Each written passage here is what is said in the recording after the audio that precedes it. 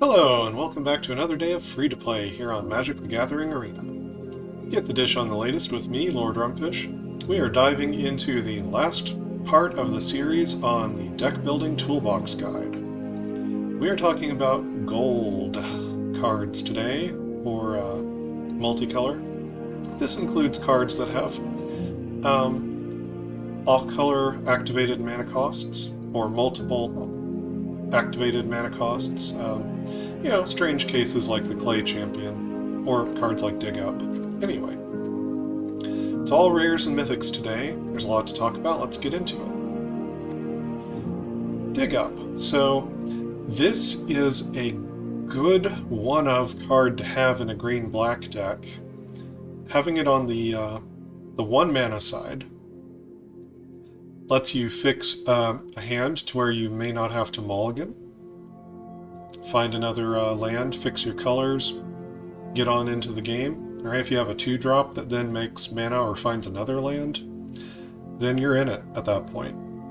You could keep a hand with 1 land if you have a Dig Up in it. There are other similar cards. There's the Fight spell card, and there's one that proliferates. This one, if you pay the cleave cost, so if you're in green-black, then it turns into a tutor. Like a, maybe not a demonic tutor, but say a diabolic tutor. That's a nice mode for this card to have as well. Neither side is amazing, but the fact it can do either one makes it reasonably flexible. And if you find yourself trying to build a combo deck, or, if you just want a good piece in a 5-color deck that can stand to have a few basics in it, this could be a great card for your deck. Urborg Lurgoyf. So I mentioned this one when I was in the commons and uncommons of multicolor. There's definitely support for a green-blue-black deck that likes to have lots of creatures and other cards in the graveyard, a self-mill strategy. This would be a big part of it. This is a great payoff card for that. You don't have to put it in all 3 colors just because the kicker costs are there. It gives you added benefit out of the card if you can. And this card, along with old stick fingers down here, they just become enormous very quickly.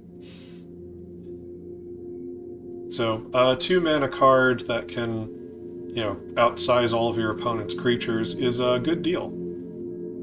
Along with the Death Bonnet Sprout, you get a bunch of cheap threats that can turn into enormous threats over the course of the game. That's how a lot of people win standard matches. They'll build up +1 counters, they'll pump the team. This is just another way to do it.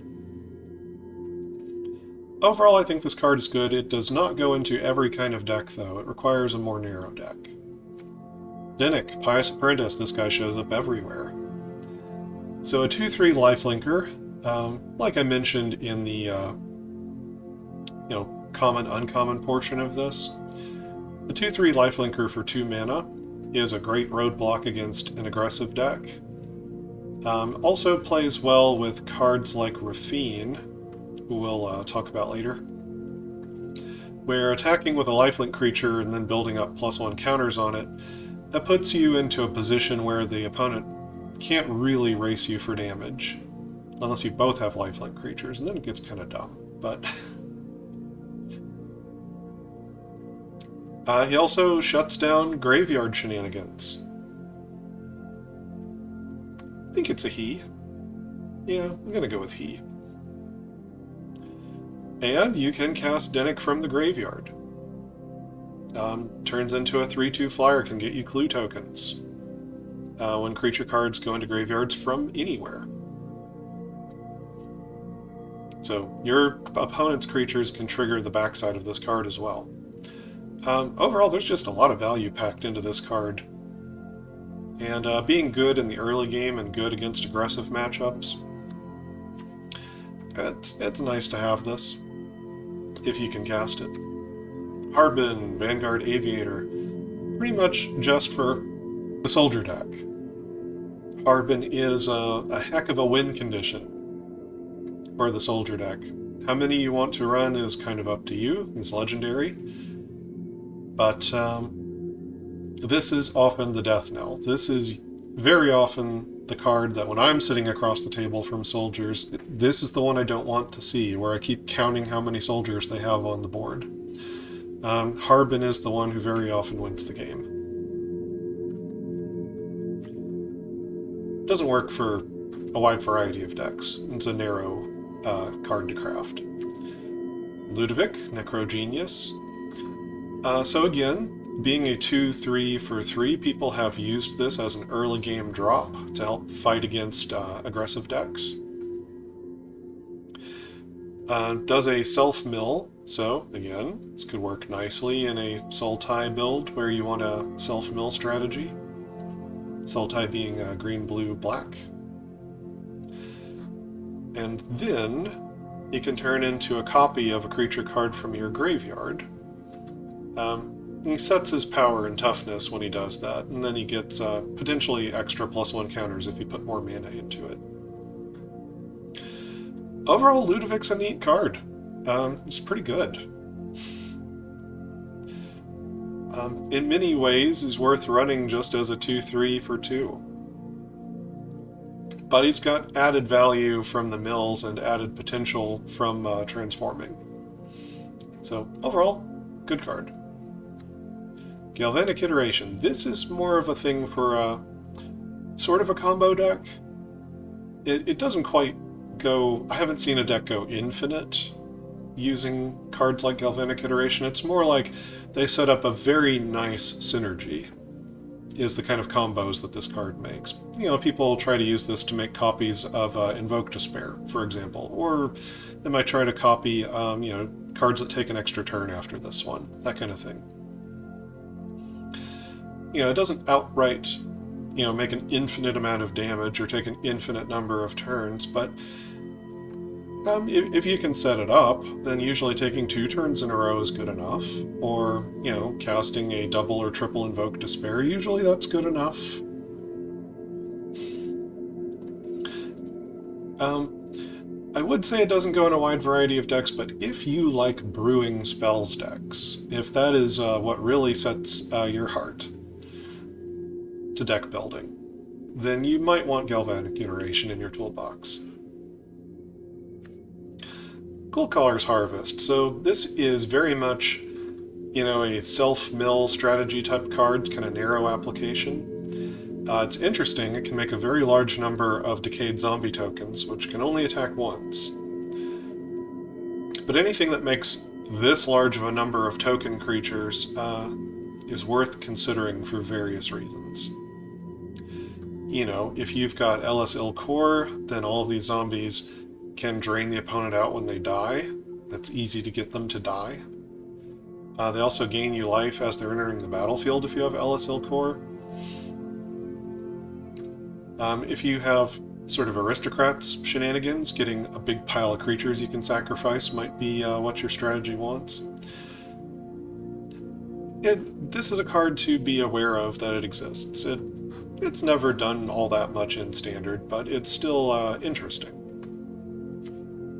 Hajar, Loyal Bodyguard. So any deck that can cast this card that wants to beat the opponent with damage, like attack their face, you should craft a copy. It's legendary, so I don't know if you should craft more than one, but if you watched my video on black cards, that crafting guide, I went into great detail on a 3/3 for 2 where you lose 1 life every turn, and I explained how that card was great against aggro. So Hajar cannot sacrifice to destroy a planeswalker, but Hajar can sacrifice to make all of your legendary creatures get +1/+0 and gain indestructible. And sometimes just being able to sacrifice them whenever you want means, you know, you might cause an ability of your opponents to fizzle if they target him and he's the only target. So that might prevent them from gaining life or drawing a card or something else. Anyway, a 3/3 for 2 is good. it turns out that Watchwolf is still good. So if you're in these colors, you should have one in your deck. Even if you have no other legendary cards in your deck, you should still have a copy of this in your deck if you're in these colors. And, you know, beatdown is kind of your strategy. Even if beatdown wasn't your strategy, being a 3/3 for 2 is very good against aggressive starts. So even if you were some kind of weird red-green control deck, having Hajar would still be a great early game drop to keep you in it against aggro. Overall, it's a great card. Probably one of the things holding it back is being legendary. Catilda, Dawnheart Prime. So Catilda is a neat card. You've probably seen it at some point. She sees at least fringe standard play, certainly in Legends decks and that kind of thing. Protection from werewolves is comes up just often enough to trip up the opponent. Human creatures you control tap for mana. It's very relevant. There are lots of good humans. There are lots of good human legends. It's easy to get a lot of mana ramp out of Catilda for this reason. And Catilda can use that mana to put +1 counters on each creature you control, including herself. So, just in general, overall, Catilda is a good card. She's not just a mana creature herself, she turns all of your humans into mana creatures. Catilda's nice. Not every deck wants her, but the decks that are dense with creatures, humans in particular, that, you know, can cast Catilda, probably want at least one copy of Catilda. And very often they might run multiples. Melira, the Living Cure. So what I was just saying about Watchwolf still being good with Hajar, it still counts here, talking about Melira. And Melira, just like Hajar, can sacrifice herself to cause your opponent's stuff that targets Melira to whiff. In this case, you exile her instead of sacrifice. But she can protect another creature or artifact that would go to the graveyard this turn. Instead, you return it back to the battlefield. That is a really nice, strong effect to have on this 3/3 for 2 that was already good against aggro. And pretty good as an aggressive start in an aggressive deck. If your opponent's playing control, they can't really ignore, you know, early plays like this. They must, you know, spot remove or clear the board, or they're going to die faster than they intended. And then she has this whole text about limiting you to 1 poison counter per turn. In addition to doing all of that. Melira is a good card. Again, being legendary is the one thing really holding her back from being better. Ivy, Gleeful Spell Thief.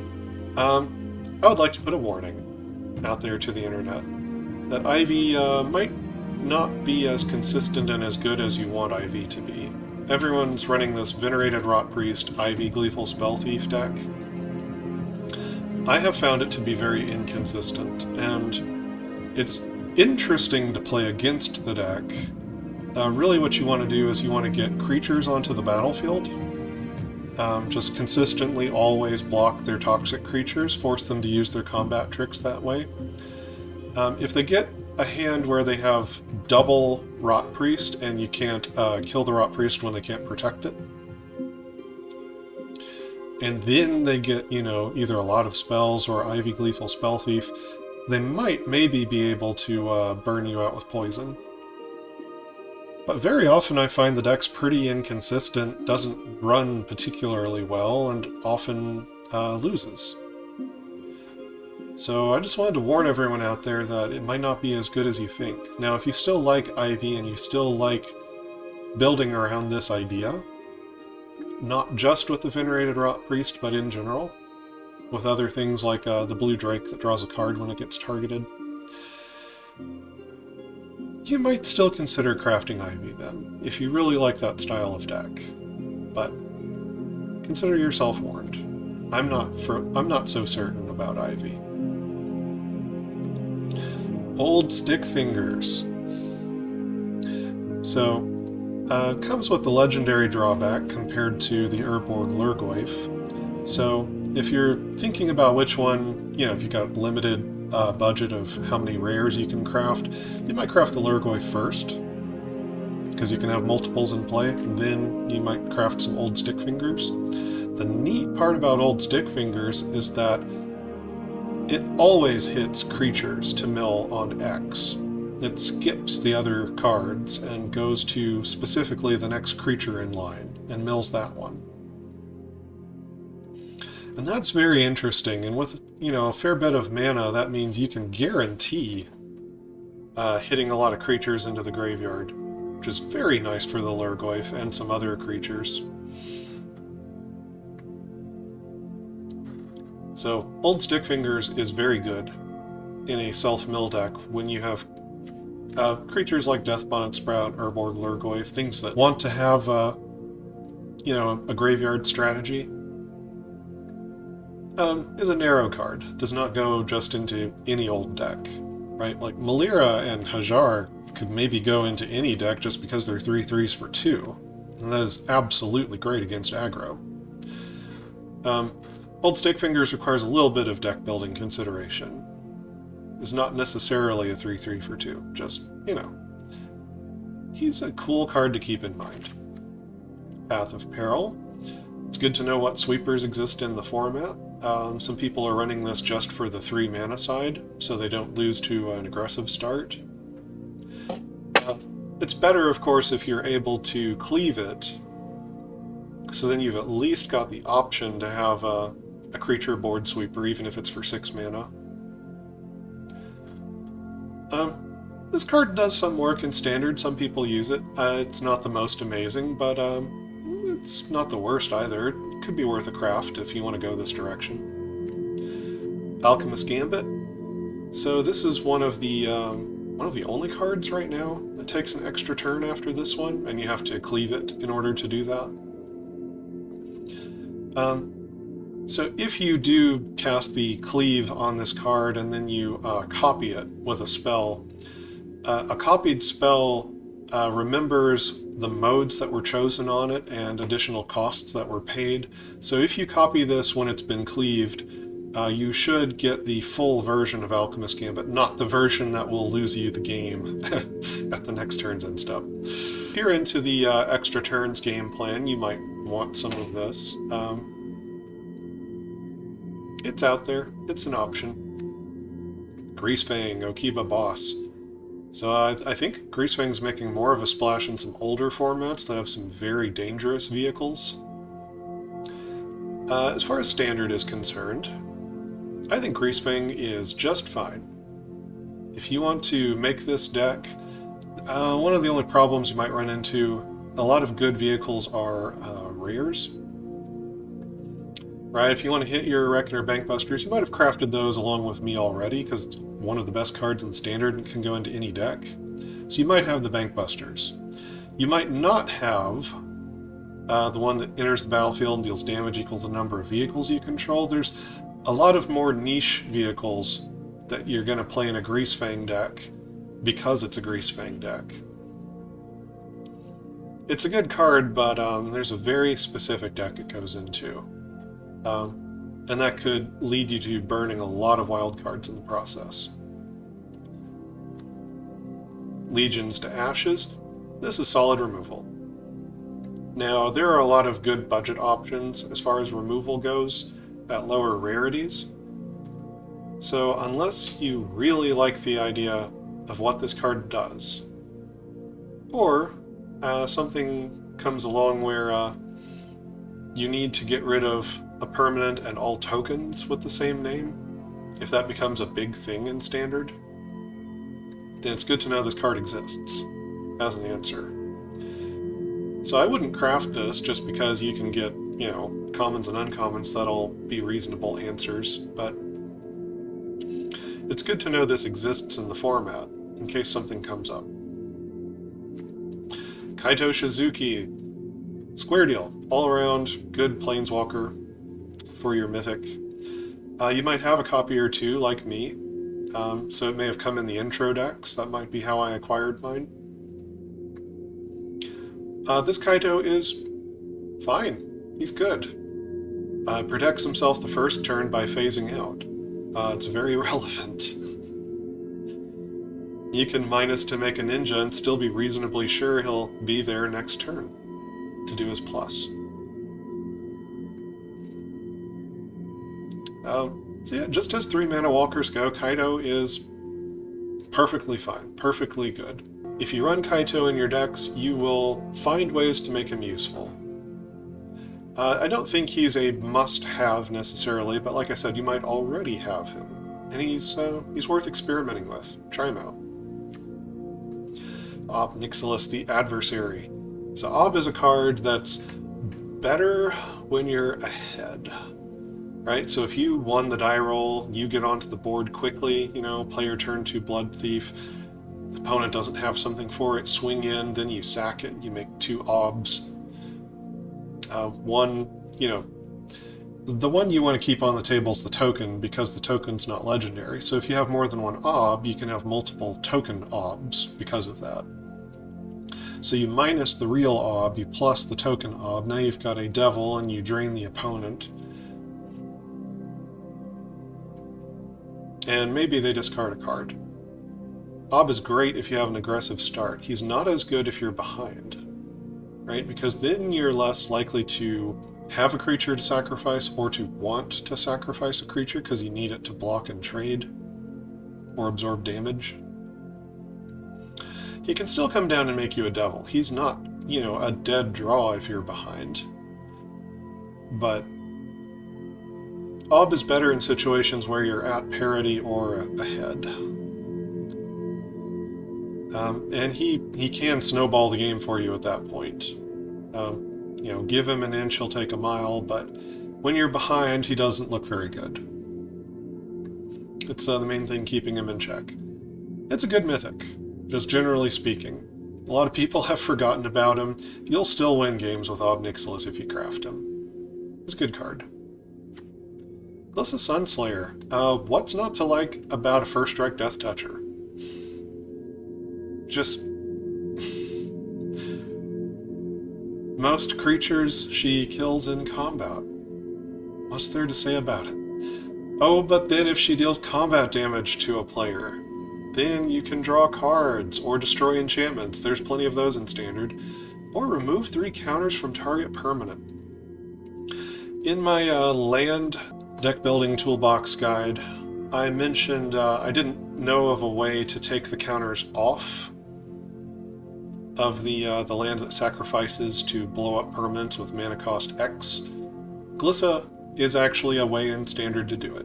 She can remove counters from that permanent, your land, and then it would have 0 counters on it. Normally it never does that, but Glissa could do it. Glissa could make that land kill token creatures. It's an interesting interaction. Just wanted to mention that. It also means that Glissa has a little bit of... So there was a card a while back, I'm trying to remember its name, Questing Beast? Right, I wasn't really playing much Standard when Questing Beast was around, but... So Glissa can hit the opponent and then take 3 counters off of their Planeswalker, so it's like she dealt damage to both of them at the same time. That's a neat interaction from Glissa. So you can keep being aggressive and hitting the opponent and also go after their Planeswalker at the same time. That is a lot of stuff all packed into a 3 mana card. And I would say, you definitely want 1 copy, and if you're in these colors, you want 1 copy of Glissa. Even though she's legendary, you might want more. Old Rutstein. Some people call him Old Rusty. This is a good card. He's a solid blocker, good against an aggressive start. Probably the thing you most want to hit off of him are creature tokens and milling lands to make treasure tokens. So if he starts ramping your mana really early in the game, that's a fantastic thing for your 3-drop to do. If he's milling creatures, you're getting insect tokens, then you've got, you're going wide, you've got blockers, you can make chump blocks, and you're still filling up your graveyard, advancing your strategy. And blood tokens can be good kind of in a later, kind of mid-late game where you're turning your dead draws from your deck into better cards. Blood tokens are not the thing you want to see early game, but late game they can start to become even better than the creatures and the treasure. If you have enough mana, don't especially need the creatures. Sometimes drawing a better card is what you need later in the game. Anyway, Old Rutstein, if you're doing a green-black self-mill deck, there is no reason not to have one copy of this in your deck.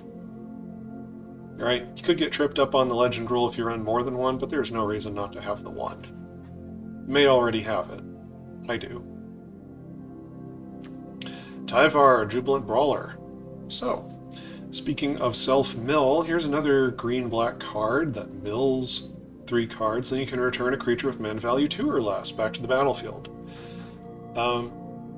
That could be great with Old Stickfingers or Urborg Lurgoyf. I think I saw Strictly Better MTG, Dev from the Place. I think I saw him using Tyvar in a deck like this recently. So, your activated abilities can be used as if the creatures had haste. That works very nicely with some things like Blood Tithe Harvester, or the flipped side of Fable of the Mirror Breaker. It can come down and immediately copy a creature. People aren't always ready for that. And then you can untap things. If you have mana creatures, maybe that makes you mana. Or maybe he's just giving you vigilance. Anyway, you need to build around him a little bit, but Tyvar can be very good if you have the synergies built into your deck. Dire Strain Rampage. This sees more play in older formats, things like Historic Brawl that are a little slower. Sometimes there's something of the opponents that's worth blowing up to give them a land. Or even sometimes 2 basic lands if the land they put down is so dangerous. Plus, if you're up against, maybe a Grixis deck, we're talking about not Historic Brawl anymore. There are decks like Esper and Grixis that, the really well-tuned lists may not run a single basic land. And if you catch someone like that with Dire Strain Rampage, suddenly this flips into a double Stone Rain, right? You can just start blowing up their lands. Or, you can take care of a wedding announcement or something else that gets in your way. But really, if they don't have basic lands in their deck, start going after those non-basics. Just blow them up. And if you think, if you get a deck where they have like 1 or 2 basic lands and that you've already fetched them out and then they don't have any more, this can blow up those basic lands. It doesn't have to target a non-basic. Anyway, it's an interesting spell. It's kind of niche. Probably not something to craft, but you might want to copy if you're going to be, building Historic Brawl decks and such. And it's an interesting option that's still in Standard right now. Not a lot of things that say destroy target land. Miglaws, Maze Crusher. This is just a kind of an above-rate, creature. Fair in terms of what you want for constructed play, probably. There's the green creature that has Toxic 1 and proliferates when it hits the opponent. It comes with Trample. It's also a 4/4 for 3. This one could gain Vigilance and Menace, can also boost itself up, or it can blow up an artifact or enchantment. And blowing up an artifact or enchantment might be one of the strongest modes on this card. If you can proliferate it once, then it could blow up 2 artifacts or enchantments. Anyway, Miglaw's, he's good. He's solid. It's legendary. So, I'm not sure how many you ought to craft. But if you want a red-green deck, you know, what's the opponent going to say to a start like Hajar Loyal Bodyguard into Miglaw's Maze Crusher? That sounds like a heck of a beating to me. Angel Fire Ignition. Alright, so, if you're making a red-white deck, it doesn't have to be an aggressive deck. This goes better into an aggro or mid-range strategy than it does into control. But having a copy of Angel Fire Ignition somewhere in a deck that can cast it is such a crazy combat trick. Normally I don't call sorcery speed things tricks, but this one is so powerful that I am going to call it a trick. If the opponent doesn't see this coming, the lifelink in particular, and the haste and the indestructibility, just all that rolled onto this card, suddenly you can come from a position of being behind and flip the script. Get up to parity, maybe even start winning a damage race this way. The flashback cost is not too much to pay considering that it gains you life. Definitely is affecting the board. Probably don't want all 4 copies. You might snag up on too many and then not have enough creatures to put it on, kind of like an aura or equipment. But 1 copy, being somewhere in a deck that can cast it, is one heck of a turnaround. I think it's a great card to have 1 copy of. Rim Carolus, Stalwart Slayer. I feel like maybe everyone has forgotten this card exists. 2/3, Flying Haste. If a spell would deal damage to you or another permanent you control, you prevent it. That sounds awful for, you know, if you're going up against a red aggro deck and you drop this Rim Carolus. That means that they have to kill this card. If they target anything else, including you, then the damage is prevented. And they better read the card. They better know what it does, or it's going to blow them out. So this thing is a magnet for removal. Then also, if a spell would deal damage to an opponent, or a permanent opponent controls, deals that much +1 instead. So Rim has some of the effect of Mechanized Warfare, except it's on a body. It's on a threat that can win the game, right? It can swing in and attack for damage. It costs the same amount of mana as Mechanized Warfare. But it can attack and block. It does all those nice things. This, along with, in the red crafting guide, I mentioned the new Phyrexian Soulfim. That's his name. Maybe I'll actually remember it. Yeah, Soulfim, I believe doubles non-combat damage that you deal. Rim Carolus does this thing where it adds +1 for your spells. So you don't have to run Mechanized Warfare if you want this effect. You could run creatures, and creatures are threats on their own, right? They threaten to attack, to block, to win you damage races. Mechanized Warfare just kind of sits there like a lump, and it needs help in order to achieve more on the battlefield. I would go in more for running Rim Carolus into Soulfim. That sounds like a better play to me. Only trouble is these creatures are legendary, so how many of them to run is an open question. But I think if you're in these colors, if you're aggressive, there's no reason you shouldn't run 1 Rim and 1 Soulfim, for that matter. And the 2 of them play nicely with the tricks, with, the 1 mana sorcery deals 1 damage to creatures opponents control, and to the opponent. Rim and Soulfim play with that the same way that Mechanized Warfare does. And I like these better than Mechanized Warfare, if you're in the colors for Rim. King Darien, the 48th. If if you don't know how to read Roman numerals, well, I guess I won't explain right now. If you leave a comment in the comment section, I'll talk about Roman numerals. Anyway, King Darien the 48th. Other creatures you control get +1/+1. He's a 2/3.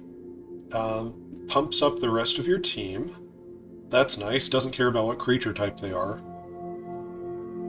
5 mana. Put a +1 counter on King Darien and create a 1/1 soldier. And it's a 2/2 because of his ability.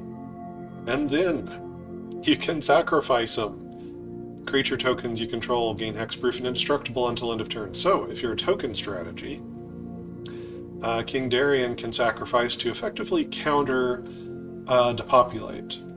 Now, if you watched my white guide, King Darien does not counter the one that sacrifices up to 13 creatures. He also doesn't counter Farewell. Right? He counters destroy effects. Or things that would target them. So there are sweepers in the format that'll get right around this ability. Still, this is nice to have for no activated mana. It's a good ability. Only works for your tokens. Overall, King Darien's a great card. If you're in these colors and you want an aggressive creature strategy, you should probably be running him. I know that I see him running around in humans decks and legendary decks, places like that. I think he's good enough, got the chops that you could run him just other places too. Token decks, or even just, a random green-white aggro deck. I think he's a good card overall. King Darien the 48th. Croaking Counterpart. This is a really neat spell. I've seen some people start trying to use this with Venerated Rot Priest. That's an interesting idea. This is just an interesting build around because it's 2 clones, right? Attached onto a single card. So you could do double clone. Now they're 1/1s, right? So if the reason you wanted to clone something is because it's an 8/8 or whatever, you won't get that. But you'll be pretty happy if you Croaking Counterpart a Titan of Industry, right? Having the 1/1 Titan is, not that exciting, but blowing up an artifact or enchantment and making a 4/4, that sounds good. That sounds good. And plus the extra Titan that you make could put a counter on the original Titan, like the shield counter. It doesn't have to put it on itself. You could put that over on the original Titan to keep going with this effect. Croaking Counterpart's a neat card. Hasn't done much in Standard. I like it though. It's a neat tool to have in the toolbox. Slogurk, the Overslime. I've mentioned this a few times. Eyeballing a lands deck, I will probably be trying to craft something like it using this card. It's been in Standard for a good long while, and it's never seen much more than the slightest of fringe play. But it's neat. So, 3/3 Trampler for 3. It's not going to excite anyone. It's fair for the mana cost, though. It's fine. Whenever a land card's put in your graveyard from anywhere, it gets a counter. So, mill them, sacrifice them, discard them. Yeah, discarding them works too with the channel lands. He gets counters. As soon as he gets 1 counter on him, that's about what you're looking for. 3 mana, 4/4 Trampler, that's pretty good at that point. Get to the second counter, and he's getting above rate. At that point, like 4 for 3 is above rate for limited, but for constructed play, I'd say once you get to 5 for 3, then you're above rate. Then he can do things like trade with a Sheoldred once you got 5 counters. And he has the ability to remove 3 counters to return them back to its owner's hand. So Slogurk can rescue himself. That's cool. And when he leaves the battlefield, including by returning to your hand, return up to 3 land cards from your graveyard to your hand. So, Slogurk If you have lands that act like spells in some way, they have some neat activated abilities or channel or etc., or you're milling lands in your graveyard that you'd really like to get back, Slogger can do that. He's a card advantage engine in that regard. You need to give him the support in the deck in order to do this, so I don't think he goes in a wide variety of decks. The card is very interesting, though. Rafine, Scheming Seer, one of the better cards in Standard. For a short time, I think people said it was maybe the best card. I think they've changed their minds, but Rafine is still up there. So, 1/4 flyer for 3 with Ward 1. Rafine's pretty tough. Rafine does notably die to a cut down if they've got 2 mana. But not if Rafine has managed to attack and get some counters on herself. And the turn that Rafine comes down, she can immediately start bolstering your attacking creatures. And if you don't bolster them, that means you're tossing a bunch of lands into the graveyard, which means you're improving your hand. So you'll have a better game, right? You're getting past a mana flood at that point, keeping yourself at least in the running to be able to stay in the game. Either way, Rafine is great. Has, immediate board impact if you can attack with some creatures, and kind of demands to be dealt with. I have been in some weird board states where I managed to race a Rafine before, but usually that doesn't work. Usually, they get like a lifelink creature down, like Dennick over here. Then they start piling the counters onto it, and usually you can't race that. And drawing and discarding all of those cards means so much hand smoothing. They find whatever cards they're looking for. They're piling stuff into their graveyard, and then if they've got Toulouse on the battlefield, or Tolas? I think everyone pronounces it like Toulouse that I've heard. But anyway. The Clever Conductor here. She can collect up all those cards you're discarding and maybe get them back for you. So, anyway, Rafine is just a great card, generally speaking. If this is the kind of deck that you want to run, you probably want more than one Rafine, despite it being legendary. Toulouse, Clever Conductor, works very nicely with Rafine, also is not a bad card unto herself. Any strategy you might be doing where you're discarding cards, Toulouse can help you, collect all of those up and maybe get them back later. If you didn't have a specific purpose for them, then that's great. Toulouse just is a nice card. She does a connive when she comes down. She could be a 4/2 on her own. She's fair, I'll say. Toulouse is fair. Works well with some unfair cards like Rafine, but Toulouse is just fine on her own. Voidrend. So, can't be countered, so you have a little bit better shot of blowing up an opponent's win condition if you're up against mono blue. You can destroy anything other than a land with Voidrend. It's an instant. One of the interesting things about can't be countered is you can choose not to pay the ward cost, because the ward would counter the spell if you don't pay it. You just ignore the ward. You decline to pay the ward, and nothing happens because this can't be countered. So Voidrend can just blow up a Graveyard Trespasser. It can just blow up a Rafine. Or the Leviathan, Serpent, whatever it is, that's Tolarian Terror, that's in blue decks.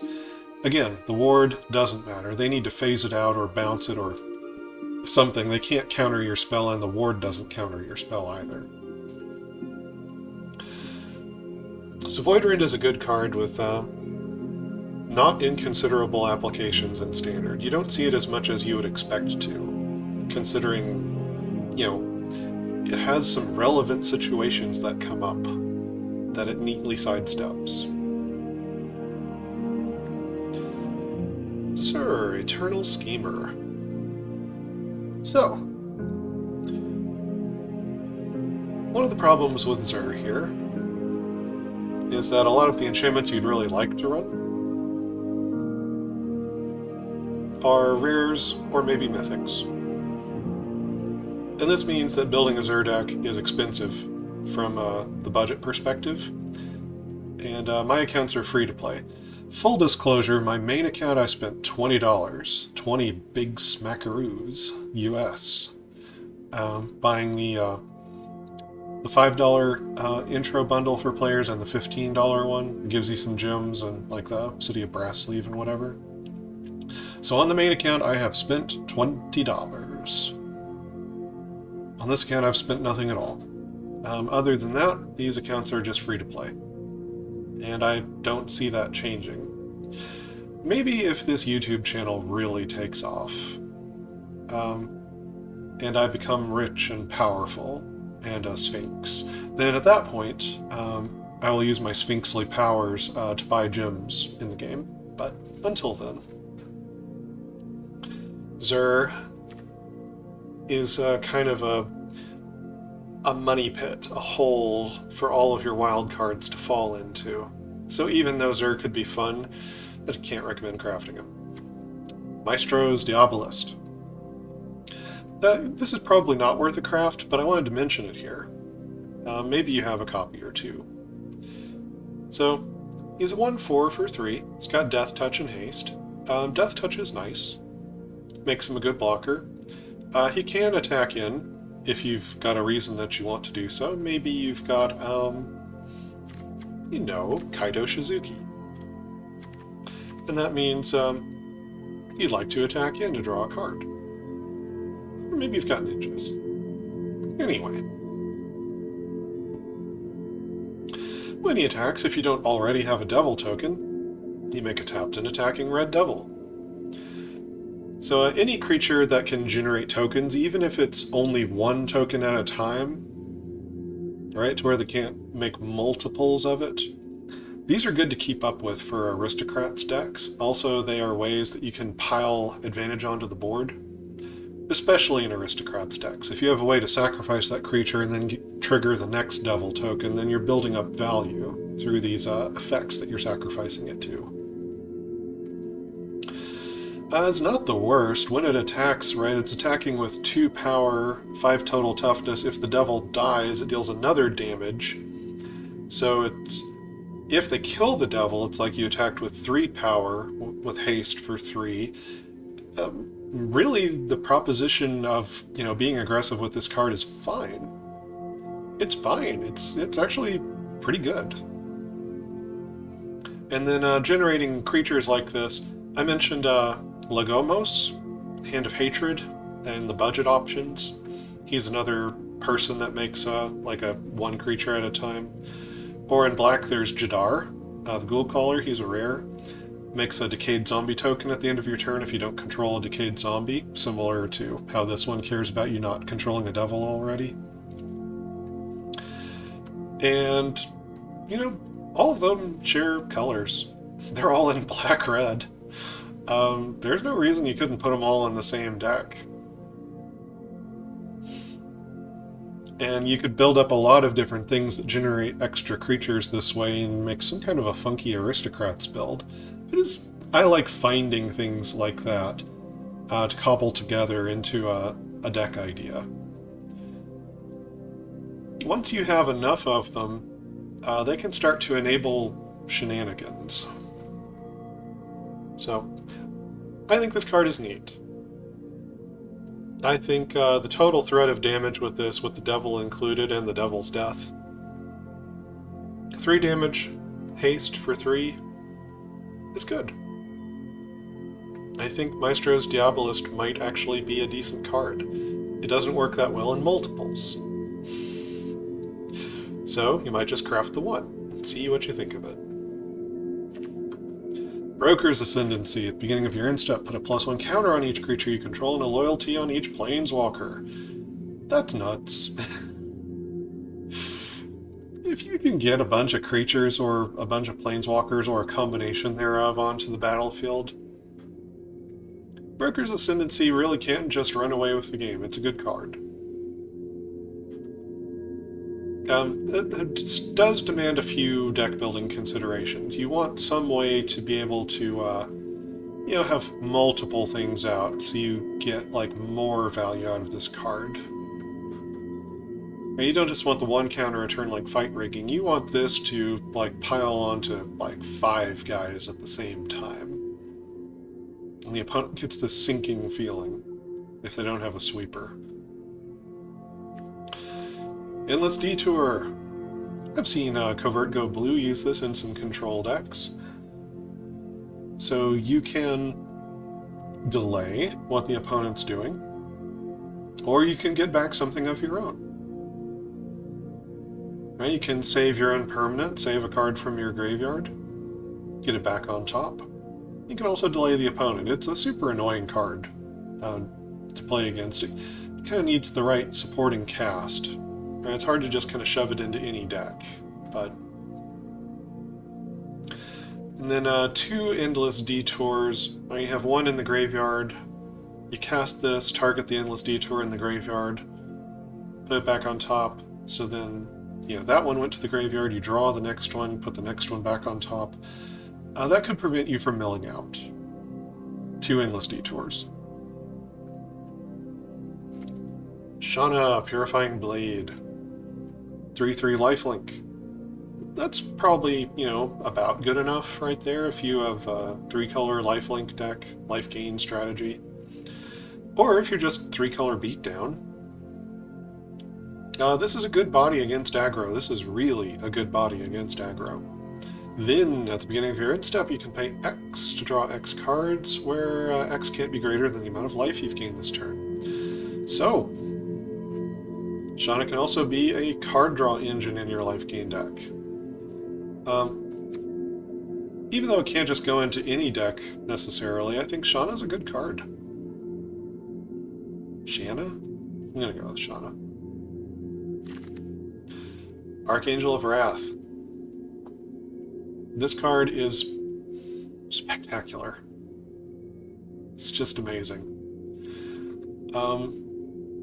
This card just wrecks aggro. Now, maybe he does a better job of wrecking aggro than Phyrexian Vindicator and Phyrexian Obliterator. Because if you step up into 5 or 6 mana with a kicker cost, you can also be removing threats off the battlefield and gaining life while you do it. This is kind of one of those perfect examples of a mid-range deck lining up well against an aggro deck. Archangel of Wrath doesn't line up that well against a control deck. Right? She's a good threat. If you cast her for 6 mana and deal 4 to the opponent's face, they have to respect the clock that she puts on them. They have to deal with her. But overall, I think Archangel of Wrath is just kind of a great mid-range card.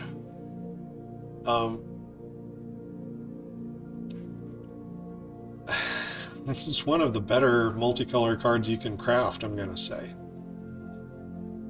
Also, her coloration with the purple cloak and all of that is a callback to Akroma, Angel of Wrath. It's also in her name, if you weren't aware of that. Teferi, who slows the sunset. This Teferi is just fine. He is just fine. So, his plus ability is annoying. Can be a distraction for the opponent. They probably can't just let you keep untapping things and gaining life. Right? Aggro deck doesn't want to see you gaining life. They don't want the potential card advantage from Teferi. So very likely if you drop him down, he'll distract damage away from your face. You can also drop him down to search for answers. Getting the best card out of your top 3 is usually you find something. Looking at 3 cards that way. And if you get up to his emblem, usually they find some way to win the game after that point. It's not a guarantee. Right? I'm not a big advocate of scooping the game early or anything. Now, if it seems like the opponent could have won the game, and for some reason they're like purposefully missing lethal or something, then they're just toying with you, and you shouldn't play into that. Other than that, though, play it out. Right, untapping their permanents to get a mana advantage and drawing an extra card every turn, that's bad for you, but it can be beaten. Have done it. So don't give up out there. Anyway, Teferi's a good card. Maybe not the best, but he's good. Here's a Prince of Krug. I don't really see anyone running this.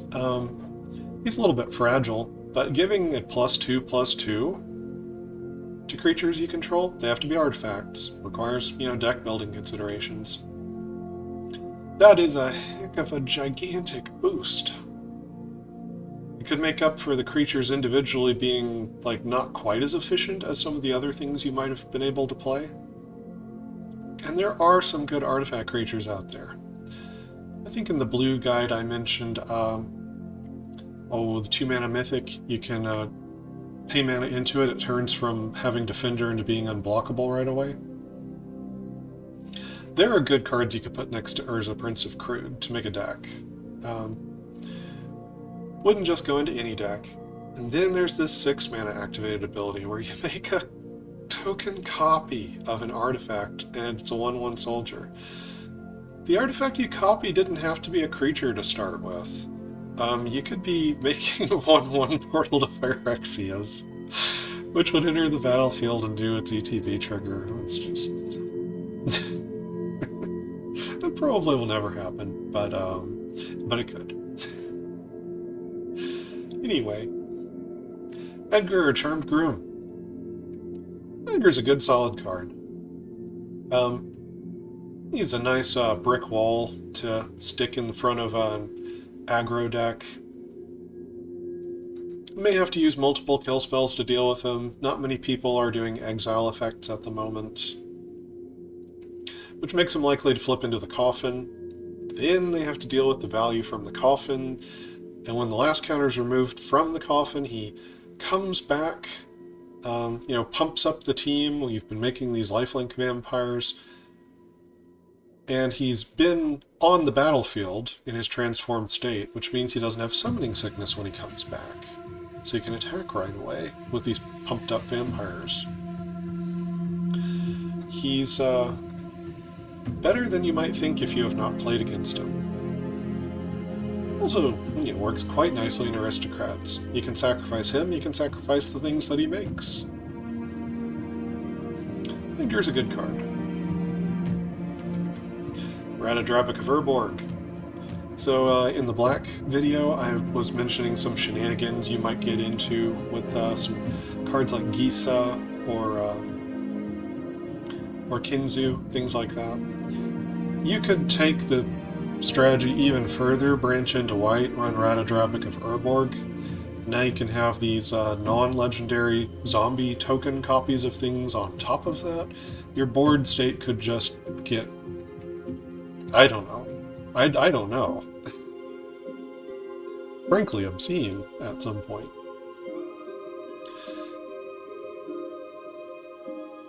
It's neat. Some of the things you can potentially do with this are neat. It's good in aristocrats. Really wants other legends to play with, so it might be a bit of a money trap in terms of your wild cards. Worth thinking about, though. But not bad for a zombie deck either. Urtai Resurrected. If you're in these colors, you should run one copy of Urtai. I'm just saying it. He's a legend, you might not want to run the playset, but you should run the one, if you can cast him. He's that good. 3/2 with Flash, can already blow out a combat step, but then he can destroy another creature or planeswalker, or counter a spell-activated ability or triggered ability, which is phenomenal. Either way, the person draws a card, but have this much flexibility on a card with what it can destroy and counter. Countering activated and triggered abilities is something else. It can just break parts of the game that you know, you didn't think the opponent could interact with.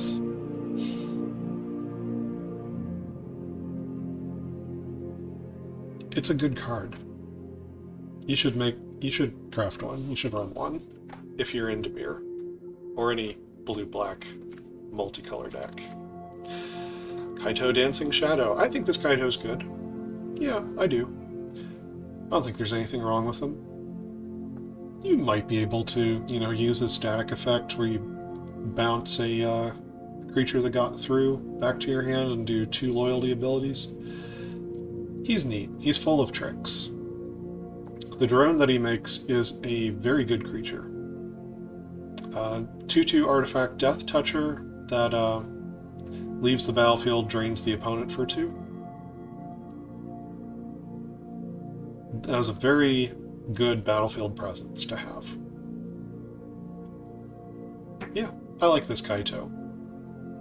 You won't be sorry if you've got him in your collection.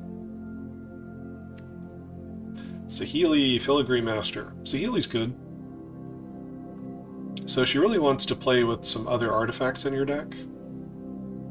Right, her Scry needs an untapped artifact to draw a card.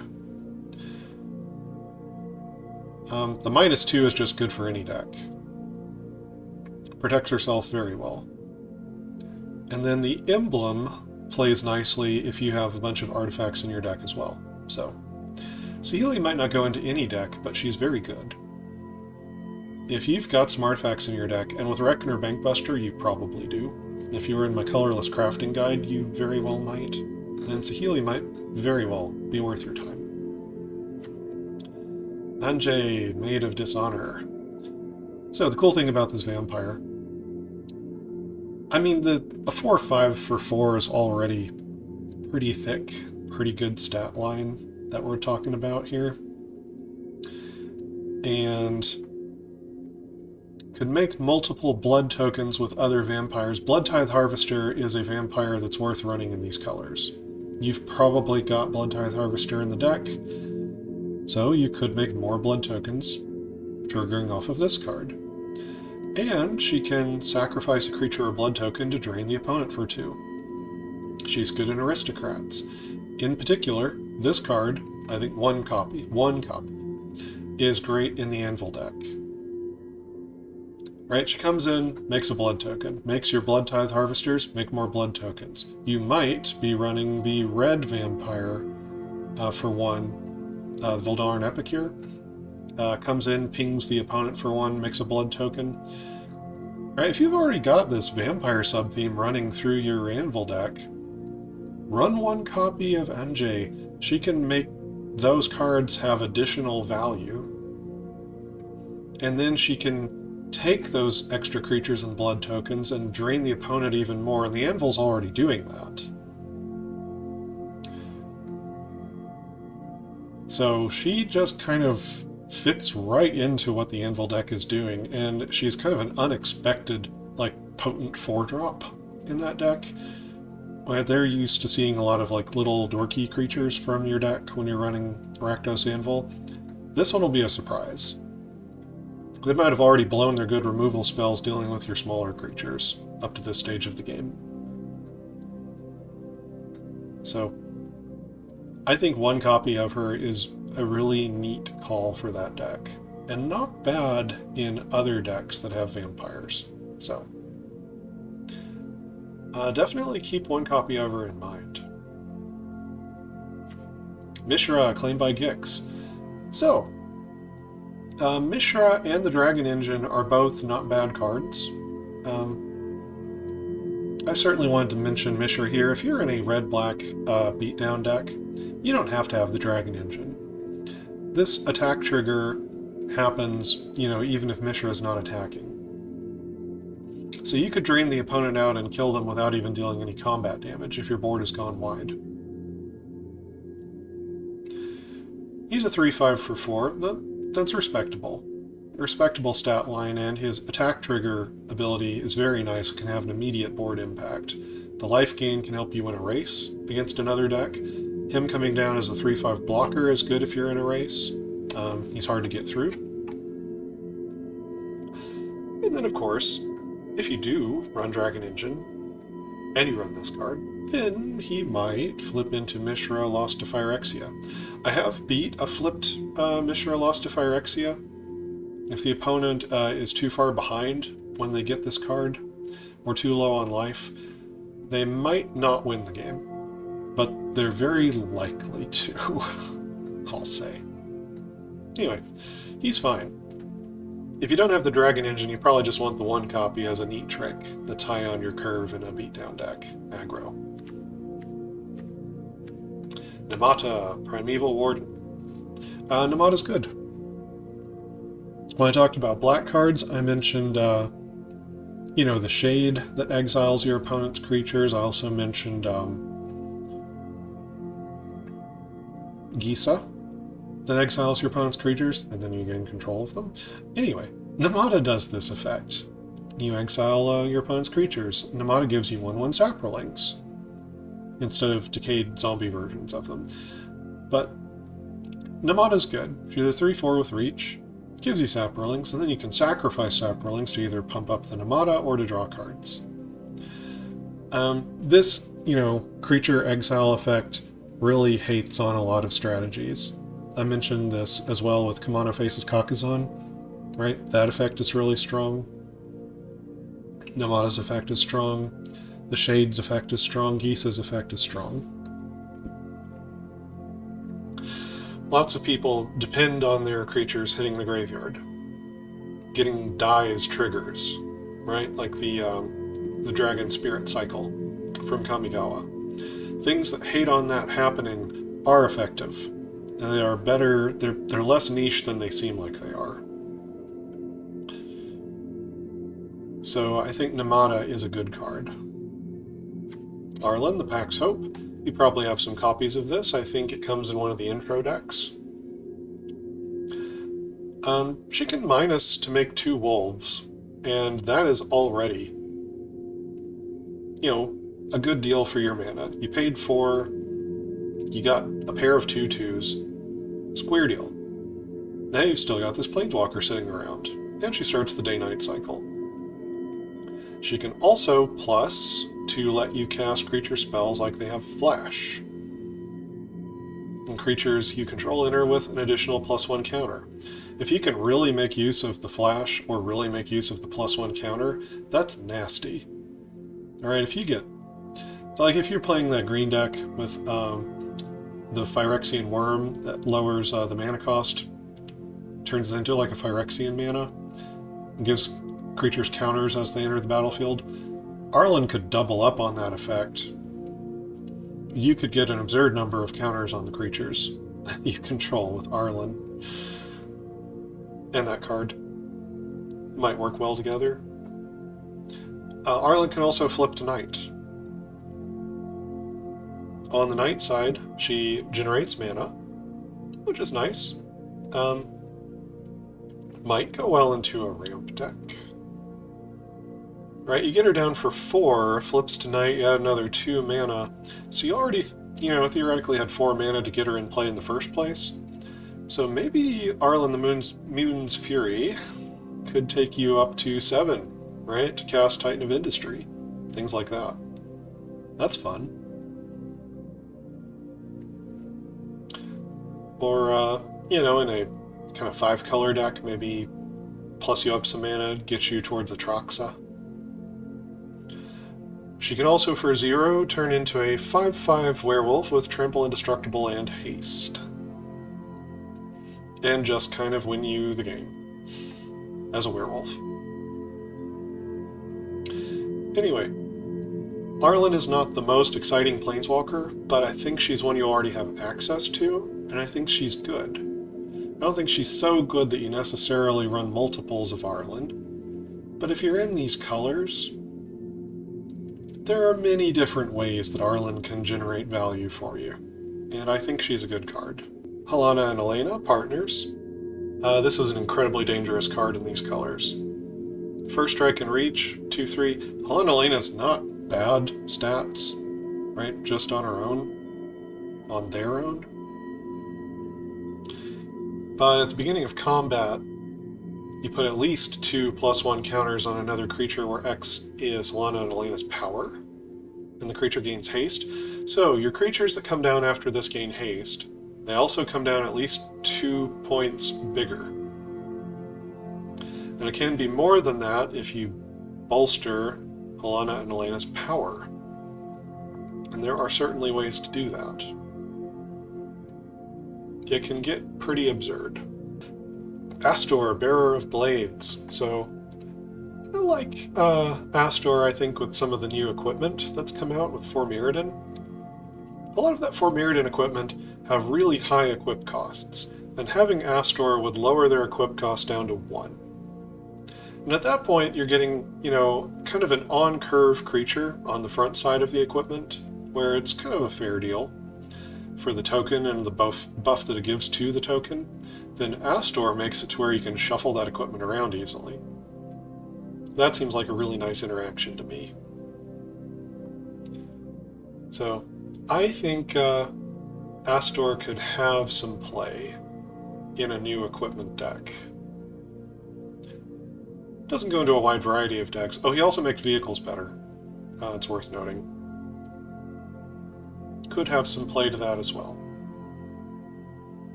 Oh, and he draws you a card. If you're in a deck that's doing this sort of thing, look at the top 7, find an equipment or vehicle. If you're really dense with those, looking at the top 7 is going to find you a nice one.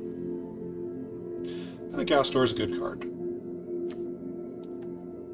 Nahiri, the Unforgiving. She has Phyrexian mana. She can be 3 and 2 life.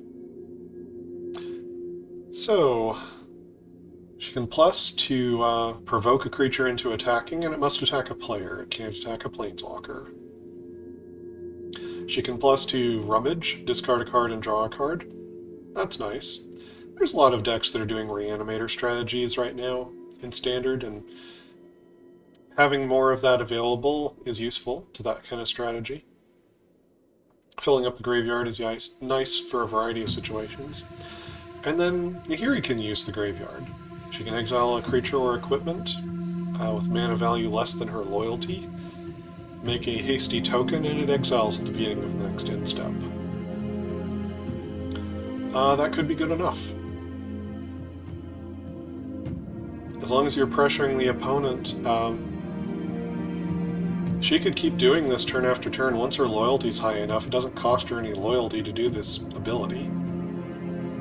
So she can start reanimating everything out of your graveyard, if she can hit the mana cost. I think Nahiri is reasonable. I think she's a pretty reasonably good card.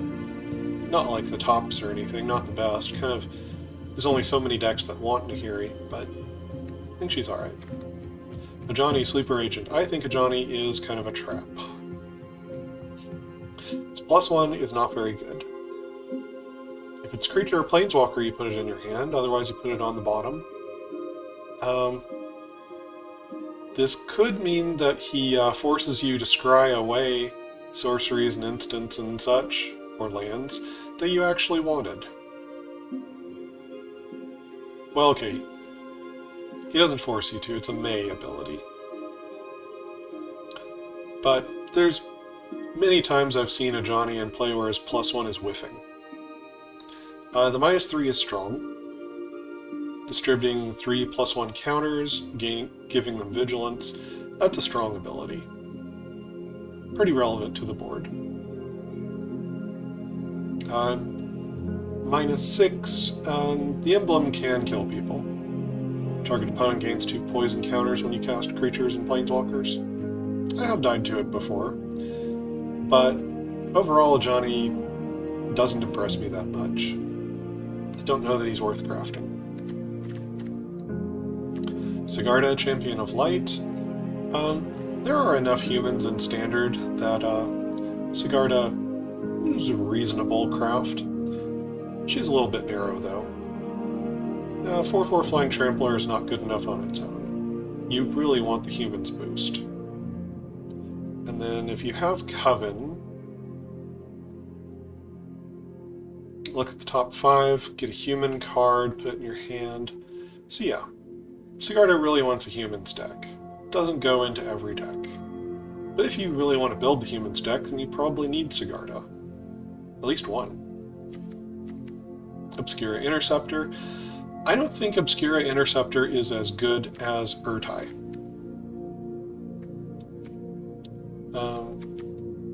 Here's Urtai, Resurrected. I think Urtai is the better card between him and the Obscura Interceptor. Now, the Obscura Interceptor has lifelink, and that can matter. And it can be 4 power compared to Urtai. And it doesn't have legendary. But it does not counter activated or triggered abilities, it also doesn't blow up permanents.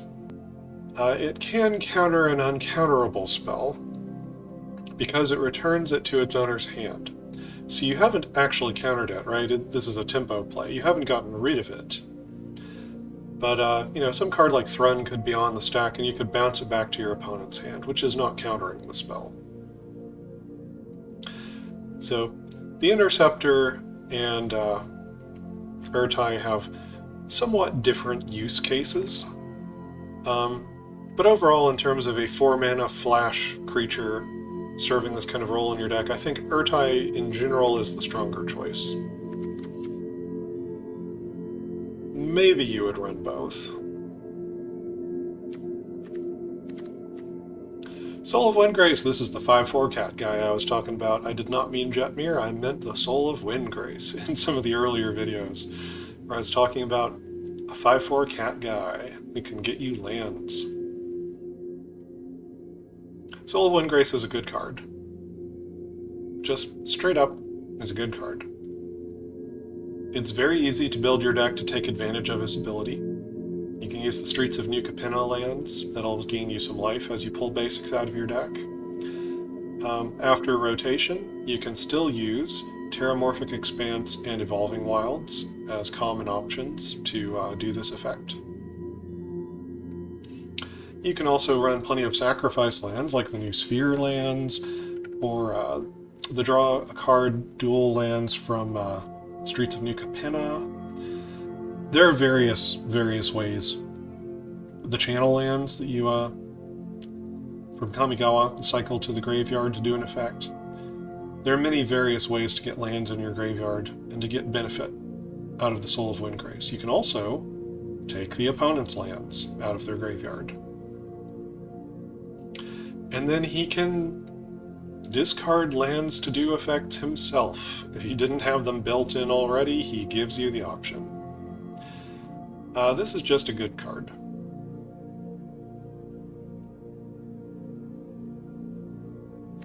Unleash the Inferno.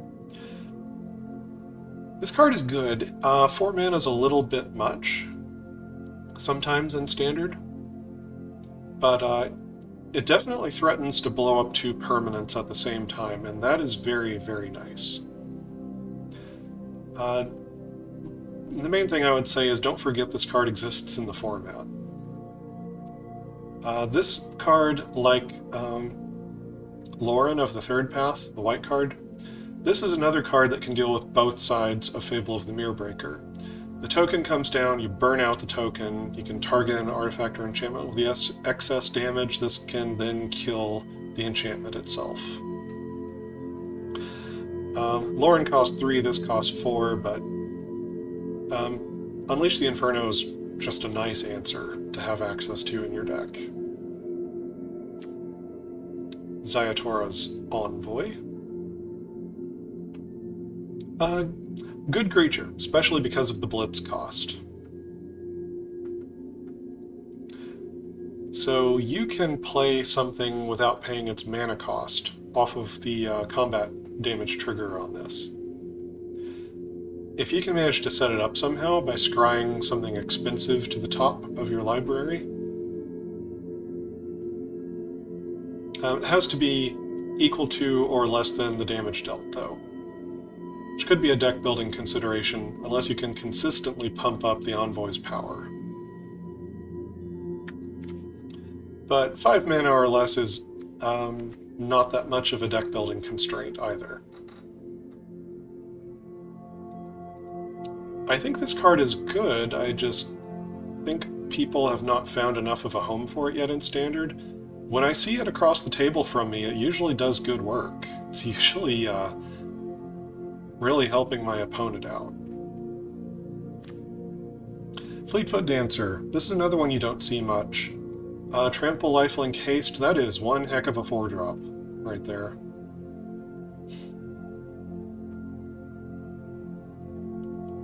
Yeah, if you're doing a beatdown deck in these colors, this is a really nice creature. The lifelink makes the damage race nigh impossible to deal with. You want to have a plan to deal with Sheoldred, but in these colors you have access to white, so you probably do have reasonable access to answers. So, yeah, the damage math on this card, trying to race against it, is just so impossible. You've just got to get rid of it. And if your deck is aggressive enough, that might be, they might have trouble dealing with all the other things you've played. This is good. Doesn't go into every deck, though. It's probably a specific deck that this would go into. So it's narrow. Jetmir, Nexus of Rebels. Jetmir is a neat surprise. It can come down and win the game in a token strategy type of deck. If you've been playing Standard a while and you see these colors set up and the opponent go wide, you might already know Jetmir is coming. Still, Jetmir is a very threatening card. It doesn't go in a wide variety of decks. Falco Spara. So, Falco doesn't really see any Standard play, but he says you can cast spells from the top of your library by removing a counter from a creature you control, in addition to paying the other costs. There are lots of oil counters running around in Standard right now. And green and blue, which are in Falco Spara's colors, have cards with oil counters. Falco Spara might very well be able to be casting you spells off the top of your library in an oil deck. And that could make him relevant in Standard. You know, you really need that ability to turn on for him to do much of anything. 3/3 Flying Trampler with a shield counter just doesn't quite cut it for 4 mana. But if you are casting spells from the top of your library, then it's like he's drawing you a big pile of cards at that point. And if, you know, it's got a deck with an oil theme, then it's probably quite aggressive. You probably have lots of creatures packed in there. Could be a neat way to power them out onto the battlefield.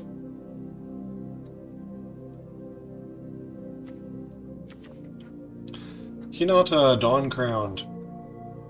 So there was a combo deck with Hinata. Parts of it still exist in the format. There's still, the one spell that phases out creatures. It's still in the format with Hinata. For every target, right, the spell costs 1 less, which means you can play that phase out spell for basically nothing, like 1 blue. Unfortunately, some of the other spells that were doing good work with this have left, but I still think Hinata's a good card. If you're interested in these colors and finding a way to make a spells deck, Hinata will probably do good work for you. Clay Champion. The main thing that's interesting about this card is that it can be an 8/8 for 4 green. That's the main reason I wanted to mention it. I'm not sure if an 8/8 for 4 green can cut it in our current Standard, but I don't think 4 mana is so late in the game that a giant vanilla creature has lost all relevance on the battlefield. It would definitely outsize whatever the aggro deck's doing, as long as you're still alive, still doing okay at the 4 mana mark. I think Clay Champion could be a good card. Casting it with a mix of green and white or with white mana, not the end of the world. I just feel like it's not as good in that mode. I think an 8/8 for 4 is harder to deal with than trying to get the pump up 2 other creatures effect with the white mana. We'll see though. It is another way you can play the card, and it means it could go into more than one style of deck. Temporal Firestorm. So I think Burn Down the House. I think that card is better than Temporal Firestorm. The mode of making the Devils is just a really nice ability to have. This one can potentially pay kicker and phase out a couple of permanents. So you do kind of more of a one-sided board sweep by saving a couple of things. But, yeah, I think Burn Down the House is the better card. Spirit Sister's Call. This is a really neat build-around card. No one's using it in Standard right now. But if you are brewing up decks, this is a really neat puzzle to solve. Puzzle of a card.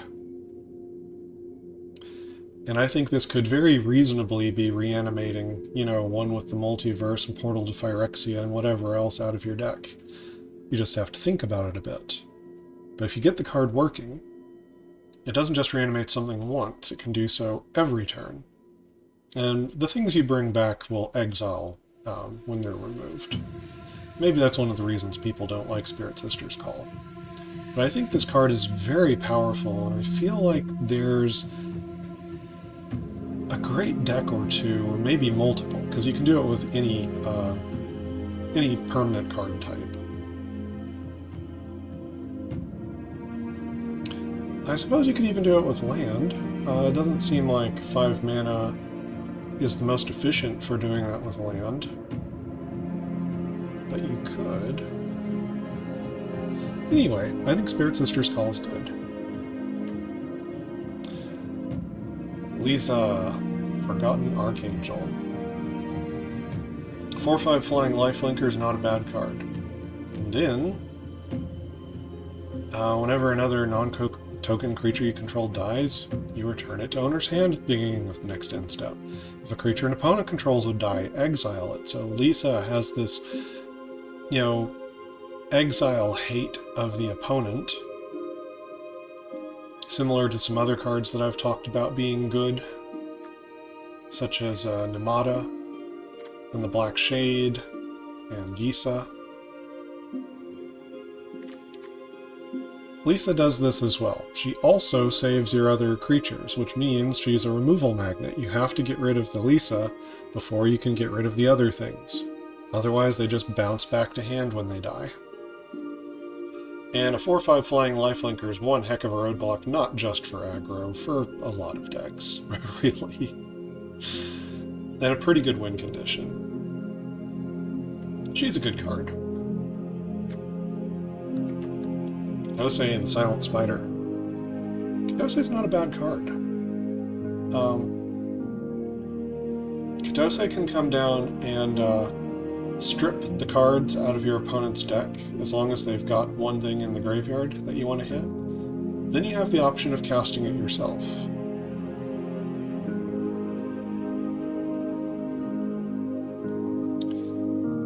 Kitose is a little bit narrow. You don't just want her as a 4/4 for 5. But Kitose is surprisingly good. You're going to feel like a champ, you know, if you hit the opponent's one with the Multiverse or Portal to Phyrexia or something. Mishra, Tamer of Makfawa. So, this card has not found a home quite yet. It's neat, though. So it gives artifacts in your graveyard unearth, which means they can come back with haste and exile at the end of the turn. He also protects permanents, including himself. Ward, sacrifice a permanent. It's a nasty ward. I feel like there's some kind of artifact creature or artifact reanimator deck this Mishra would go very well into. And the ward is such a pain to deal with that maybe there's some, black-red lists or things that have access to black-red. I would want this just to really annoy the opponent from that protection ability. It's a neat card to think about. It's a neat tool to have in the toolbox. Wake to Slaughter. This is kind of a build-around card. I'm not saying to go out and craft it. You choose 2 creatures in your graveyard. The opponent chooses one that returns to your hand, and the other comes back with haste to the battlefield and exiles at the next end step. So if you can do something like targeting, 2 Titan of Industry, the opponent has no good choices in that case. You regrow one of them back to your hand, and the other one comes in with haste and does its enters the battlefield triggers, and it's just a train wreck for the opponent. This card also has Flashback. So, this card can net you card advantage. It reanimates things after a fashion, and pulls creatures back to your hand as well. You won't always have situations, though, where you have, 2 fantastic options, like, a pair of Titans of Industry, or an Atraxa, and a, and a Joda. Those situations will not always come up. But Wake to Slaughter is an interesting card, and it has really, really cool art. Which is why I'm mentioning it. Luca, Bound to Ruin. So you can cast it for 4 or 5 mana. You can make mana that can only cast creature spells or activate abilities of creatures. That's nice, so it can kind of ramp you straight up towards 7 mana.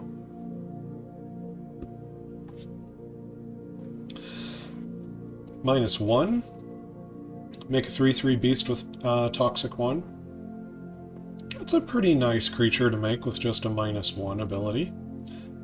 I like the new green Nissa more. Minusing to make 3/3s or plussing to make ever larger tokens.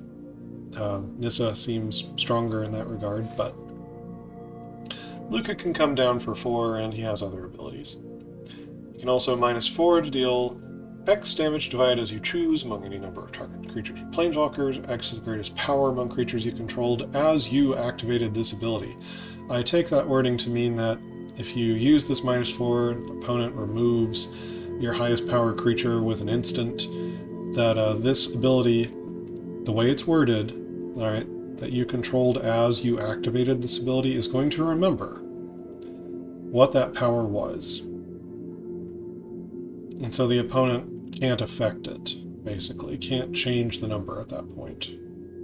Once you've activated it, it recalls the highest power creature you controlled at that time. And maybe that could give you a one-sided board sweeper. I think more likely you'll either take out 1 problematic creature or 2 problematic things. There probably won't be a lot of times where you take 5 things off the board. I think this card is fine. I think it's just fine. I think it's a fair planeswalker. But I don't think it's amazing. I think it's just alright. Tamio, Completed Sage. Tamio's cool. She taps something down, doesn't untap on its controller's next untap step.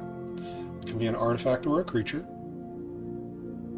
She can exile something that's not a land with mana value X from your graveyard, and you make a token copy of it. So Tamio reanimates permanents from your graveyard. with her -X. That's cool. And then she can make Tamiyo's Notebook, which, is maybe not the main draw of the card, but it can draw you a bunch of cards, and spells costing 2 generic less to cast is nice. Overall, Tamiyo is a perfectly serviceable planeswalker. I don't know that you would run out and craft her, but if you've got her, she'll do good work for you. Evelyn the Covetous. 1 copy of Evelyn makes a really nice flash blocker for combat. She also gets you card advantage. Her ability triggers, again, when other vampires enter the battlefield under your control.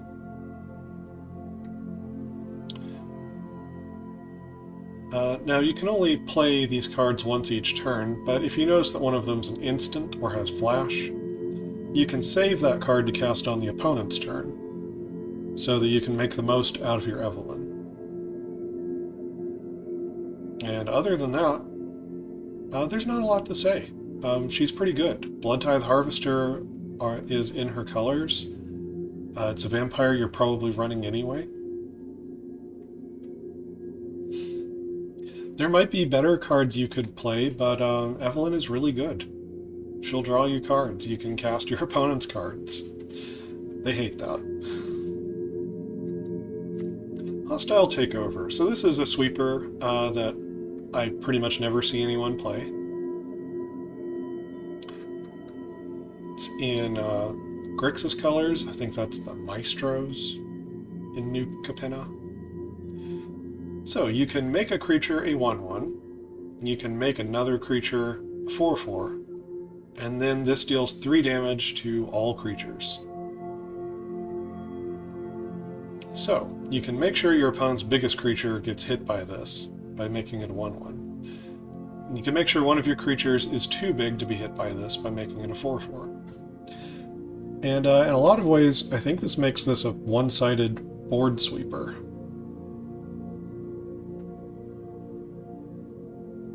I think Hostile Takeover... I mean, 5 mana is quite a bit to deal for 3 damage to the board, right? Brotherhood's End deals 3 to creatures and planeswalkers for 3 mana. They can also blow up artifacts. This is 5 mana, and that's not as good. But you could have something that's too big for this to hit, and then make another creature of yours too big for this to hit. Shrink something of the opponent's down to where it does get hit by this, which is a little better than Brotherhood's End. And maybe this card would be worth your time. You can run it in creature decks, as long as you definitely want some creatures that have 4 or more toughness to make full advantage of this card. It has some deck building considerations. Overall, I don't think this is bad. I think this is a worthy sweeper. Solkanar the Tainted. Solkanar's great. You might just run the 1 copy. There's only so many 5-drops that you want in a deck, and Solkanar's legendary. But getting down the 1 copy, he gives you card advantage, he can burn the opponent to the face with a 2-point drain. The life gain could help keep you alive if you're struggling against, a red aggro deck. 3 damage to another creature or planeswalker very often finds a target to kill when you first play him. And then, there's the potential of exiling them and returning them to the battlefield under an opponent's control. In practice, I've never seen this happen. I've used Solkanar a lot. He was one of the first Mythics that this account got as an individual card reward that I was lucky enough to get. Built a Grixis deck. I've never had Solkanar go to the opponent's control. It has yet to happen. So, I don't think that downside really comes up. And I think Solkanar is fantastic. Jodah the Unifier. The problem with Jodah the Unifier, I mean, he's a great card, right? The amount of power and toughness that Jodah puts onto the battlefield is just completely obscene. And then he can put even more value out there with his Cascade effect. Right, so whether Joda is good in the right deck is not in question. But it only goes into the one deck. And Joda requires you to have a deck full of legendary things, which are very often rares and mythics. So this is another hole that you could trip and fall into with your wild cards, where it's a money pit. And I'm not going to advise you to do that on a free-to-play account. So, I'm not going to tell you to craft Joda. The deck works, though. Sarenth Great Worm. So this is an unusual one because it has this landfall trigger, right? Whenever a land enters the battlefield, make a tapped Power Stone. So your lands come in and they make artifact tokens. And that's interesting. There are a lot of decks with artifact synergies right now. They also can ramp you mana. That's interesting. Your land's already made mana, now they're making more mana. Right? Your lands entering the battlefield are making double mana because of the Power Stones, as long as you find a way to use the Power Stones. And on top of that, there's this green mythic that puts out X/1/1 dryads that are also forests. It makes land tokens. So if you had Sarenth Great Worm out, and you had this green mythic, and, you know, by the time you get Sarenth Great Worm, you got 6 mana, so let's say you've got 6 mana still, and you cast this green spell, make the dryads, right? You've powered out these 4 1/1 forests, and now you've got 4 Power Stones that came in because of the Great Worm. It really seems to me that there's some kind of synergy or combo that could exist with this card. Slower formats, maybe Historic Brawl or Commander, things like that. Turning all of your lands into effectively double mana because they all make Power Stones, it feels like there's some way you could abuse that. There's some giant mana sink activated abilities, or, you know, a way to draw a bunch of cards and play a massive pile of artifacts. It feels like there's something there, but I'm not going to tell you to craft this card. I just find it interesting. Zayatora the Incinerator. This is another lucky pull I got from an individual card reward. Zayatora is good. If you've not played against it, and you might not have, not that many people run it. It's really powerful. Just the treasure tokens that this generates can really get you ahead in the game. And if you're removing permanents off the battlefield, then Zayatora is really getting you ahead. And you can also burn out the opponent's face with Zayatora. This is a good card. It's a good spell. Kind of requires a little bit of thought of what to put in the deck with it, but Zayatora is really powerful. The Kami War. This is a kind of a payoff for choosing to make a 5-color deck. If you have a 5-color deck, you probably want some number of the Kami War. So for 6 mana, including Wooburg, white, blue, black, red, green, you exile a non-land permanent, then you bounce a non-land permanent and each opponent discards a card. And you don't have to bounce an opponent's permanent with this. You might want to if they don't have a card in hand, because then you bounce back to their hand and they discard the card you just bounced. But if they're sitting there with 1 card in hand and you're worried about what it is, you can bounce one of your things, or a token, and then they discard that only card in their hand. And then this flips over into Okagachi, which is not legendary. You can have multiples in play. It's a 6/6 flying trampler, and when it attacks, it gets a power boost. An opponent chooses a non-land card in your graveyard, and Okagachi gets +X+O equal to the mana value of that card. So, You know, if the opponent was trying to slow down how many spells you could play in a turn by choosing something big in the graveyard to return to your hand, a Traxa or a Titan of Industry or something, they give Okagachi +7 power when they do that. So they probably don't want to do that. They probably want to return the smallest spell they can to your hand if Okagachi is going to connect and hit them. The Kami War is a good card. Toxrill the Corrosive. This is a great thing to reanimate. So, at the beginning of each end step, not just yours, but the opponent's as well, put a slime counter on each creature you don't control, and they get -1/-1 for every slime counter. Then when they die, you get a 1/1 black slug, and you can sacrifice slugs to draw cards. An unanswered Toxrill, unquestionably, will win you the game. If you do not answer a Toxrill, Toxrill will win the game. I mean, if the opponent doesn't have creatures, then it's a 7/7. 3 attacks with it will win the game. It's much better if the opponent has creatures, though.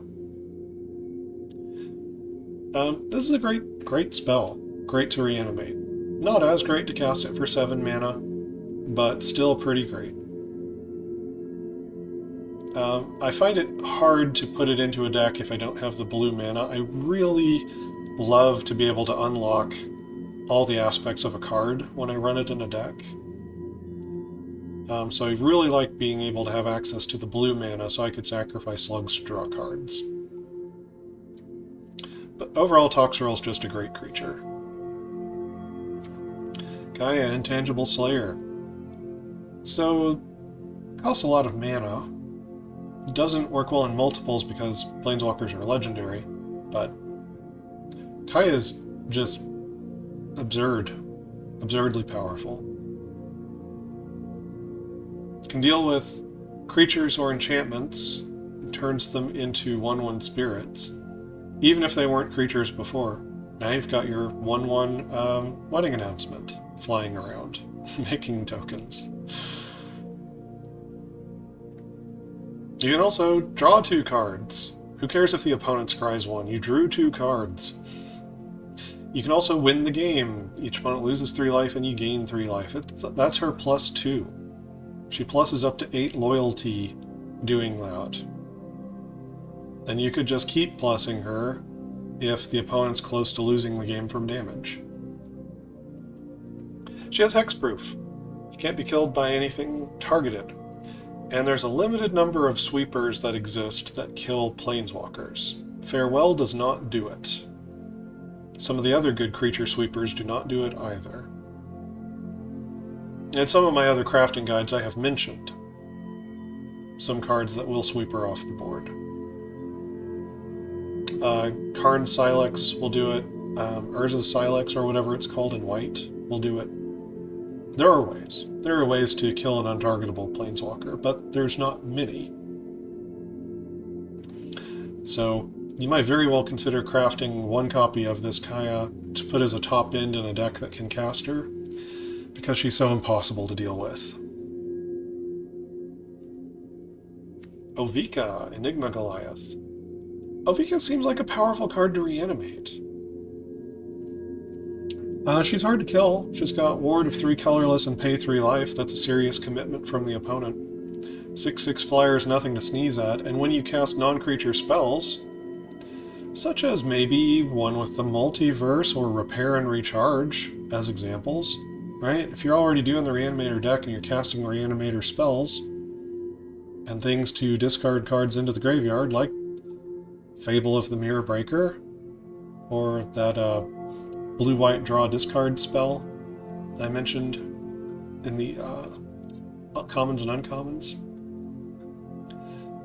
All of that stuff triggers Ovika to make hasty goblins. They hit the board, they can immediately attack. All the spells you're already casting in that Reanimator deck power Ovika. So maybe you should consider running 1 copy of Ovika as something to put into that deck, as she synergizes so well with all of your non-creature spells. And all those goblins are a hasty threat to end the game. It's a way that you can go wide with the deck It's another angle of attack. Lord Xander, the Collector. I don't really see anyone running Lord Xander anymore. His enter the battlefield is they discard half the cards in their hand rounded down. That could be amazing, or it could be nothing special. He's not a bad reanimation target, though. His attack trigger is the defending player mills half their library rounded down. That's probably not the way you'll win with this card, and you might accidentally give them some graveyard value in the process. But it's another aspect of this card. When he dies, and that might be something you could engineer, target opponent sacrifices half their non-land permanents rounded down, and that is one heck of a beating. So if you can engineer a situation where Lord Xander dies, his death trigger is really nasty. His enter the battlefield trigger is pretty nasty too. You know, if the opponent has 2 or 3 cards in hand, they discard 1. If they have 4 or 5, they discard 2. If they have 6 or 7, they discard 3.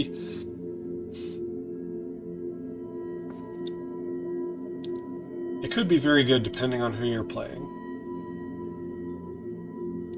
The death trigger is almost certainly good. Some weird, creatureless, low permanent count decks might not care as much. And his attack trigger is another angle of attack with mill. Overall, I think there are definitely uses that you could find for Lord Xander. People were really hyped about this card when it first came out, and then they kind of cooled off on it. I still think Lord Xander is decent. I think he's perfectly decent, serviceable, usable card, good to reanimate, good to sacrifice. If you are interested in brewing with Lord Xander, I think he can do some work for you. Soul of Emancipation wanted to warn you that I think this card is a trap. I thought it was really cool the first time that I read it. So, it destroys up to 3 other non-land permanents. Now, so this is kind of a sad thing about this card. There's an older card that I remember you could blow up your lands to make 3/3s. This one can't blow up your lands. Can't blow up the opponent's lands either. And for each of those permanents, its controller makes a 3/3 white angel with flying. A 3/3 flyer is something you don't really want to give the opponent. If you're hoping this card is going to come down and, you know, wipe the opponent's board, put the game back in your favor, you don't want to give them 9 powers worth of angels. Turns out, it's bad. Don't want to do that. Now what you might like to do is destroy your own non-land permanents and flood your own board with 3/3 white flying angels, and that's cool. That's a reason to go out and maybe try to work with this card and use it. But it's not as broad in purpose as it first seems when you read it. It's actually, if it fits in a deck, it has a narrow deck where you want to target your own permanents with it. So that, you know, you can put out like 14 power of creatures with the Soul of Emancipation by blowing up your own stuff. If you're doing that with this card, then it's probably good. And otherwise, it's not. So, buyer beware. Atraxa, Grand Unifier. Turns out Atraxa is pretty good. Drawing 5 or 6 cards is pretty good. A Flying Vigilance Death Touch Lifelinker is pretty good. You can reanimate Atraxa. You can cast Atraxa. It's pretty good if you've got, you know,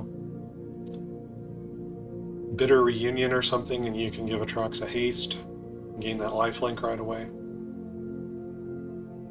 Atraxa is a really good card. She's also a bit overhyped, but Atraxa is really good. If you're looking for top-end things to reanimate, you know, so a lot of the things on this list that we've talked about would be good targets to reanimate. Atraxa might be head and shoulders above some of the other options, though. She may very well be better than a Titan of Industry, depending on the board state. Right? Titan of Industry has more immediate board impact, but Atraxa drawing you so many cards, as long as you can survive to the next turn. And she is a very stabilizing board presence, right? The opponent needs the removal spell right then. If she attacks even once and connects with lifelink, the opponent's in trouble. And they're probably in trouble unless they can power you out of the game, because you just drew so many cards. She's good. Not sure what else to say. Blade Coil Serpent. This is a great card. It's really, really good. So I've seen this card come out in decks that were mostly mono black. Right? If you're in a long, grindy game against black, you've been saving up some sweepers and other things in your hand, Blade Coil Serpent coming down can be very bad for you. It can make you discard your hand, and now they've got this big threat. And the things you thought you could deal with, all that stuff, you just discarded all of it. It can draw a bunch of cards, so in that regard it can be problematic like Atraxa is. It is not as threatening as Atraxa. But it doesn't cost as much, it doesn't cost as many colors of mana. You could put it in a mono blue deck and very reasonably expect to draw 3 or more cards with this. You can do the red, in which case this comes down and it's very aggressive. It's Trample Haste. In mono red, it would be an 8/4 Trample Haste at the 6 mana mark. That could be a pretty good finisher in red if you're kind of a big red deck. So Blade Coil Serpent, I feel like this card can wear a lot of hats and go into a lot of different colors of decks, because the use case scenarios in monocolor are pretty good. It's pretty good in mono black, it's pretty good in mono blue, it's pretty good in mono red. And then it's good when you blend the colors up together. The situation this might not be quite as good in is a 5-color deck, oddly enough, because your green and white mana is not contributing to what this does. I really like Blade Coil Serpent, though. This is a great card. Alright. Now it's time to craft some rares and mythics. So, I have 4 rare wild cards and 1 mythic rare wild card at the moment. I'm going to craft 3 rares out of the cards we're looking at here, and 1 mythic rare. Alyssa Sunslayer, you are definitely one of the choices I'm taking here. You're just too good not to craft. At least 1.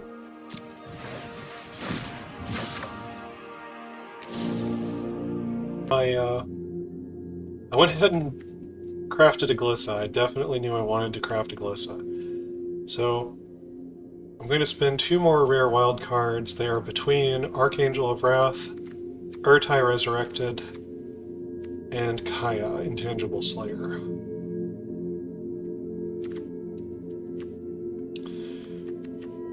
It's a hard choice, but I think I'm going to skip Urtai this time. I love Mardu. I think Kaya seems too good to ignore.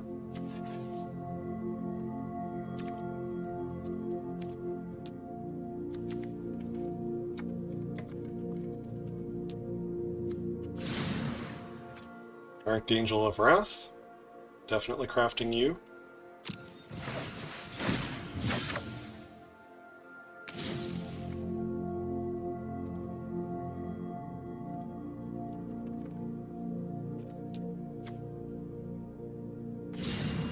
Kaya, Intangible Slayer.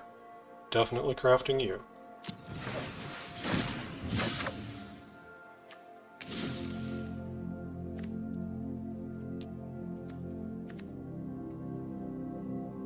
Alright, for the Mythic...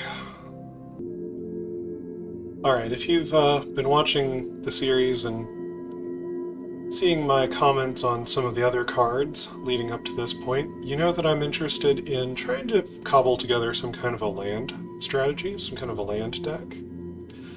So, for me personally, my choice here is going to be crafting the good old cat guy. Soul of Windgrace.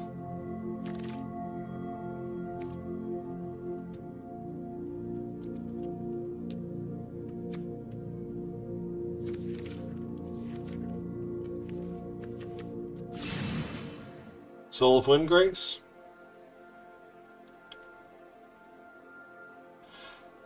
I think you are a pretty amazing card. I'm going to craft you.